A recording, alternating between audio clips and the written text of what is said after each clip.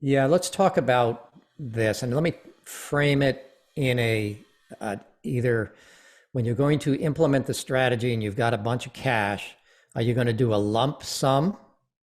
You're going to do it all at once. So one day you're going to go in and you're going to do all the trades and you're going to get it done in one lump sum. Or you're going to dollar cost average, where it might put some in now, 3 months later you put some more in, 6 months later you put some more in, and so forth until it's all actually done. Now it sounds a whole lot more palatable to people who are looking at the market and saying, oh, the market's high, or maybe the market has come down and I think it's going to come down further. What if interest rates go up and this and that? It becomes really palatable to them to do dollar cost averaging. Well, let me tell you, it's usually not the best way of doing it. And here's why. It doesn't get done. It doesn't get done.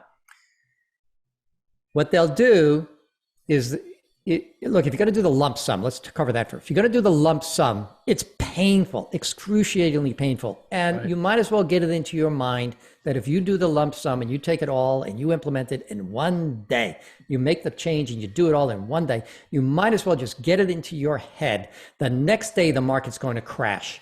You might as well get it into your head because it's going to, you just expect it to. Now, we don't know whether or not it will or not. But you're sitting here saying, when should I do this? When should I do it? Okay, I'm going to do it now. You might as well have in your head that your timing is the worst it could possibly be and the market's going to crash. Because if it does, then it meets your expectation. And if it doesn't, it's like, wow, it actually went up. This is incredible. I didn't screw myself. Okay. So you do it one time. It's one pain point that you have to get over, and it's a big pain point to get it invested. And no, by the way, statistically, that's what you should do. Mathematically, you should get it all invested at once, and don't worry about it. But people want to be able to do the dollar cost average because it just sounds better. Well, let's go to the dollar cost average person. Okay, now I got to invest $1 million. I'm going to put $250,000 a quarter for the next 4 quarters. I'm going to start today. I put it in today. I got a quarter of it invested. 3 months from now, I have to go through the same excruciating pain. Yep. In 3 months, maybe that money will get invested, or maybe I don't like what I see going on in the world. Maybe I don't like this election that's coming up. Maybe I'm going to wait until, in other words, it doesn't get done.